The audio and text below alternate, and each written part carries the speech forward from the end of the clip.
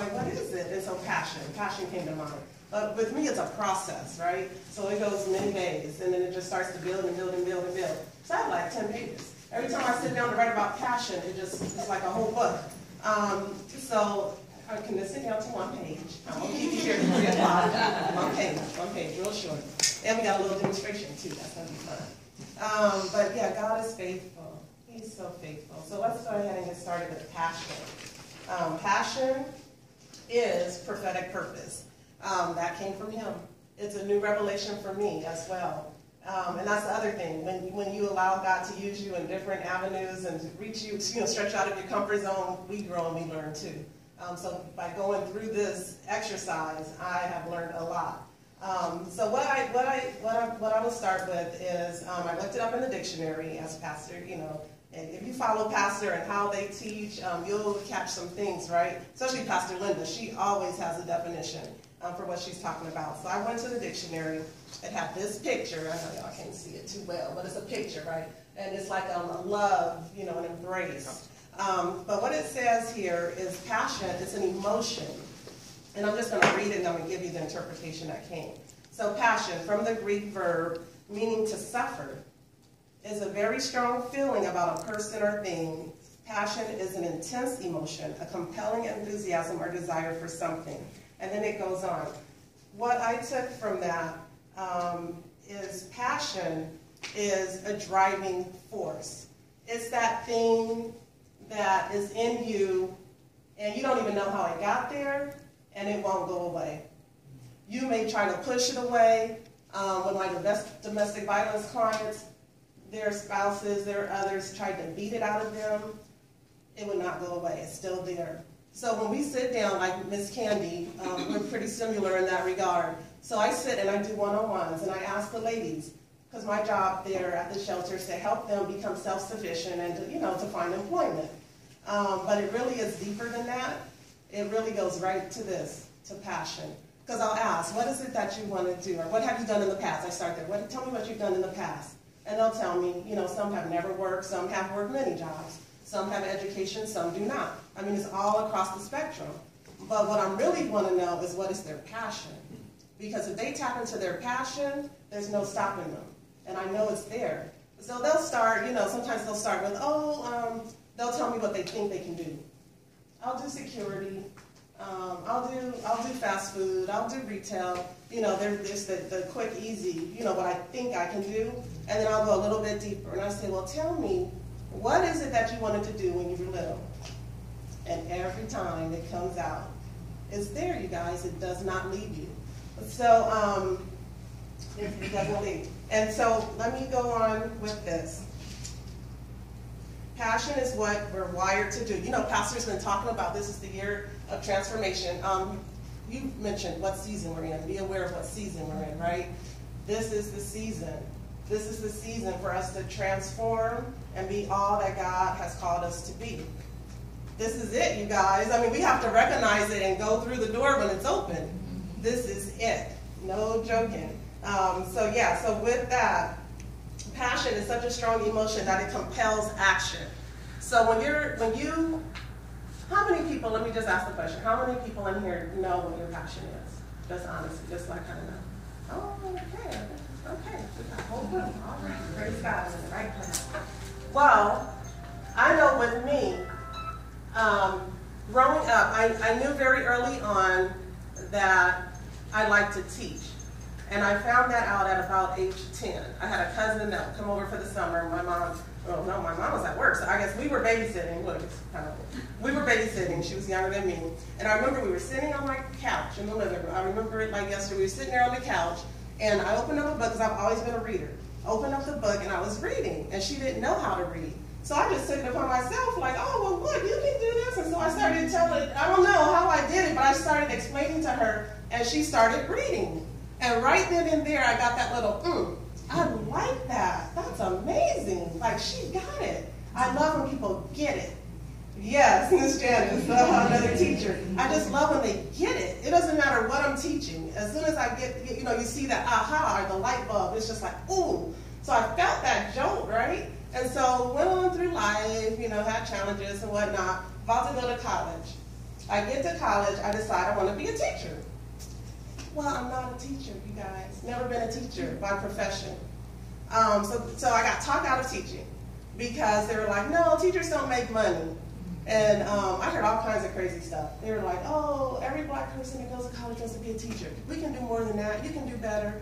And mind you, I was the first person in my household, in my family, to go to college, so there was a lot of expectation. You know, why don't you do something big, you know, something really great, be a lawyer, be a doctor, you know, they wanted like big, if you don't do it right, but I wanted to teach, so I didn't do it. I have a degree in economics and business. I'm very much like Brandon in that I am frugal. We will not say cheap. We are frugal. But what I found, this is what I found. What I found is that passion will follow you. Yeah. So as you're going through life, that little thing that was inside of I like teaching and I like when people get it is right behind me. So everywhere I go, in the workplace, what I end up teaching, you know. And then I went into real estate, and I still am in real estate, and that's where I'm leading. I got something to say about that. I put real estate on the shelf after the tough economic times because I was full-time real estate. And when it hit hard. I mean, we got wiped out. We lost a lot of stuff. But I always said we didn't lose our mind, we didn't lose our health, we didn't lose our children, right? And that's the most important thing. But even in real estate, ended up teaching. Ended up at LAUSD. I was teaching at North Valley Occupational Real Estate Licensing. Did that for a couple of years. And then, and even now, I'm working at the shelter and I'm teaching, right? It follows you. Your passion will follow you. It won't let you go. And you can't push it, you can't beat it out, you can't change it. It's there because God wired you to do something with it. So embrace it. And I think all of you guys all said you know what your passion is, so hope everybody is working in their passion. All right, so this is what I'm going to say here. I am going to do a quick illustration, and I need 3 volunteers. Uno, dos, and tres. Perfect. Perfect. Ms. Jamila. All right. So, yeah, we can go with that. All right. Except I need to be right here. Okay, this is me. This is Money. She's pretty. She has on green. She's flashy. And in business especially, we need her, right? We need money. This is me. This is Passion. He follows closely behind. Like I said, he goes everywhere I go. He's with me. He shows up. Even when I don't want him to show up, he's there. We won't say who she is yet. But you're someone. You are someone. Very important. All right, so this is what it looks like normally in our businesses, in our life, at least for me. I'll just speak for myself. When I was in real estate, my motivation was this. That was my motivation. I needed to make money. I was working full time. I knew I was about to be laid off. I was pregnant with number 3. And I needed to transition into something else that would make this, right? And also, in real estate, they'll tell you this. In any kind of sales or any kind of high pressure job, you may have heard this, they'll tell you to find your why. Why are you doing it? And they say, if your why is not big enough to make you cry, it's not big enough, because you won't last. So my why was this, but it also was to take care of my baby. I wanted to stay home. Because with the first 2, I did the 6-week thing, went back to work real fast, and it's heart-wrenching. I mean, as a mom, you guys know, it breaks your heart. Yeah. So this time I was like, all I asked God for was 3 months. I said, I want to stay home 3 months, and I would be better. You know, I felt I would be better. He gave me 3 years. Yeah, and that was doing real estate and chasing this, but that was the why, the big why that would make me cry. So when people would say, no, I don't want to buy a house right now, or, you know, whatever, all the obstacles you face as you're going through real estate, the why was big enough to make me keep pushing. So that's why they say that. All right, your passion.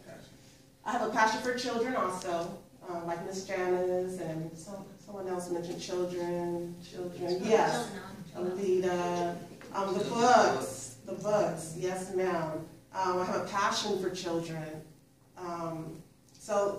And just to back up on that really quick, the way I started, or the way God introduced me to Project Joy, because it's his business, he introduced me to it, is that I was on Skid Row, I was with a friend who has a nonprofit, and she would take a group of high schoolers down there to show them the importance of giving back, basically. And the kids ran it. They would make the sandwiches, get the donated water. I mean, it was a club at a high school, and they ran it and put it all together. I was there just as a volunteer to do whatever, just to observe. Did not know I was going to have an encounter that would change my life that day.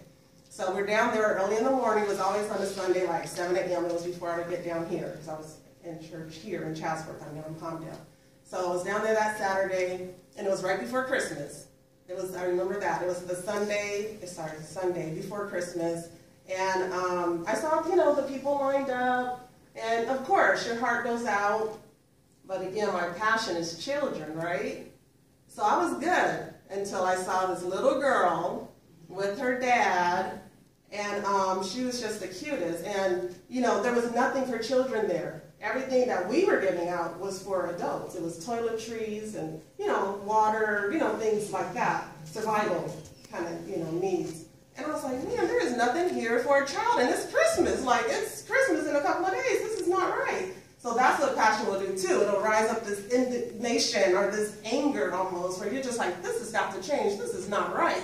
And that's what happened to me that day. I was like, you got to do something different. So that's my assignment, to help take care of the children that are in homelessness. All right, so chasing money, chasing money, chasing money. Money, you may get it for a minute, but it's liquid, it's fluid, it's currency for a reason. It's called currency because it's a current. It flows, right? So you may have it, but you can't hold on to it for long. I mean, sometimes we get paid and it just slips right through. It's currency. It keeps flowing. And it's designed to do that. I'm going to go somewhere with that in a minute. So when we're here and we're chasing. That was me in real estate, chasing. I was like, I got to make this deal. I got to make this deal. I don't sell this house and I can't pay the bills, Right? Became one of the top 25 agents in the company of 200 agents. Wow, no. But the purpose wasn't there, you guys. The purpose wasn't there. My only motivation was the money, was the green, right? All right, let's do a quick about face. All right, you still that way too. All right, money's behind me. Space me, money. Oh. Money's behind me. This is passion. It's leading, it's driving, it's pulling me to God. When I was over here, I couldn't see God. I was ignoring my passion. I wasn't doing nothing with children. Okay? Chasing the money. Turned around, God flipped it. That day on Skid Row, He flipped me around. I saw it. I was like, oh, Lord, I'm supposed to be working with children. I'm supposed to be helping these children and these families. I mean, it would not go away, you guys. I left there changed. I was like, I felt like I got to do something. Sometimes you feel like things are so big. How can I solve homelessness? Well, my job is not to solve it. Right. It's just to help them right now. So this is passion. Facing God. Because God put the passion in me. He put it in us. So as long as I'm chasing or following passion, we're following God. And everything else flows. The money's now chasing me.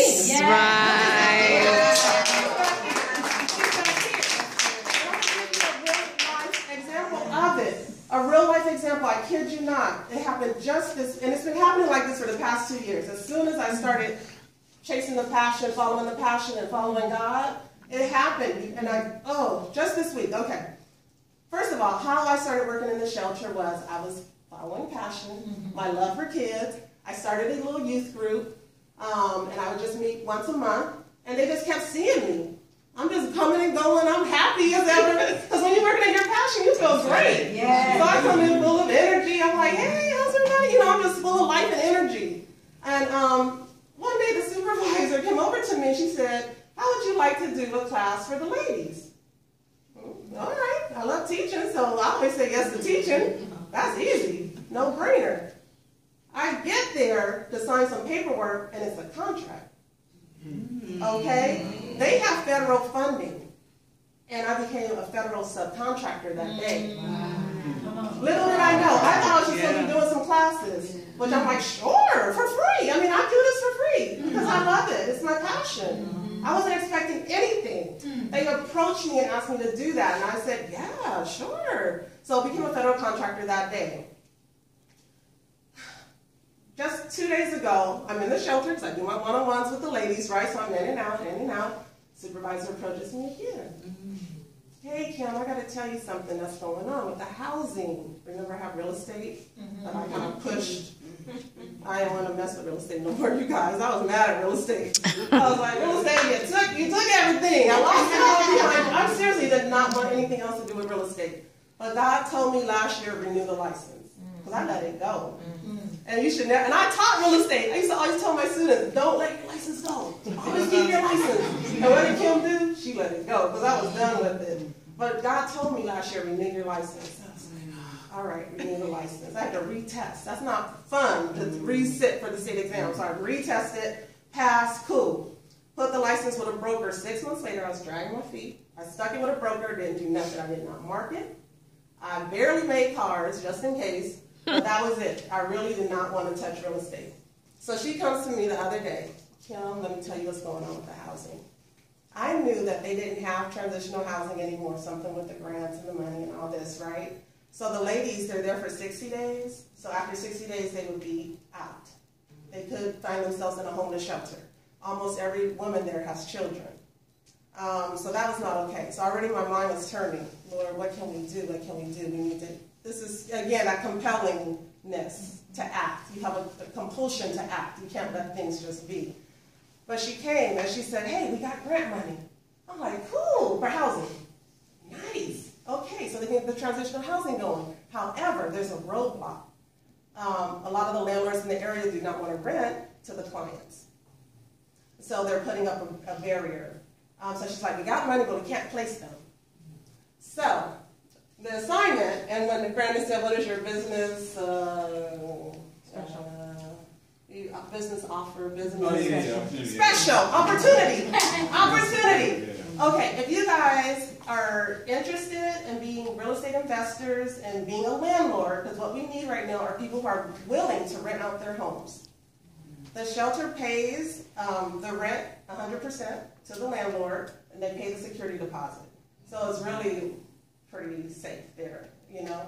But that's what I'm looking for. So that's the new assignment, is to help find housing. Right now there's 6 families, moms with children, that need to be placed. And what is pure religion? True religion? Yes.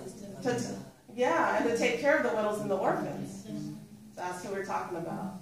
So, so with that being said, I'm going to go ahead and close it out. Thank you guys for helping me. Thank you for having me.